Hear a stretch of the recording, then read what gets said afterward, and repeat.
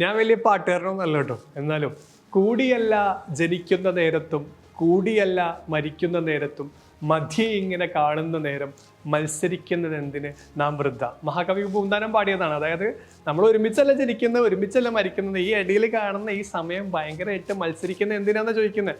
നിങ്ങളൊന്ന് ആലോചിച്ച് നോക്കിയേ, ഒരമ്മയുടെ ഗർഭപാത്രത്തിൽ നിന്ന് ജനിച്ച മക്കള് സ്വത്തിന് വേണ്ടി ഭയങ്കര മത്സരമാണ് അല്ലേ? എത്രയല്ല നല്ല നമ്മുടെ കുടുംബത്തിലൊക്കെ അങ്ങനെയല്ലേ?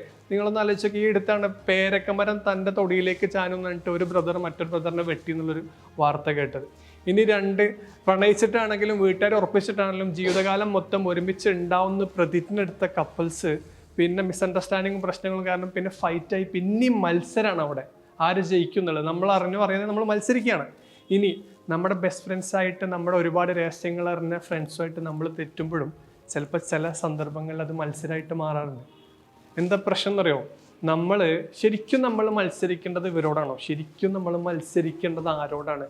നമ്മളോടാണ്, നമ്മുടെ വീക്ക്നെസ്സിനോടാണ്. നമ്മുടെ ഭയം, നമ്മുടെ ആങ്സൈറ്റി, നമ്മുടെ വീക്ക്നെസ്, നമ്മുടെ മടി, ഇതിനോടല്ലേ നമ്മൾ മത്സരിക്കേണ്ടത്.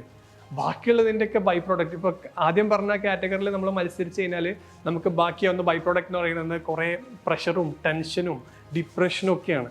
അപ്പോൾ ഞാൻ ചോദിക്കുന്നത്, നിങ്ങളുടെ ഒരു വീക്ക്നെസ്സുമായിട്ട് നിങ്ങൾ ഫൈറ്റ് ചെയ്യുന്നുണ്ടെങ്കിൽ നിങ്ങളുടെ ഏത് വീക്ക്നെസ്സുമായിട്ടാണ് നിങ്ങൾ ഫൈറ്റ് ചെയ്യുക? അത് നിങ്ങൾക്കൊന്ന് പറയാൻ പറ്റുമോ?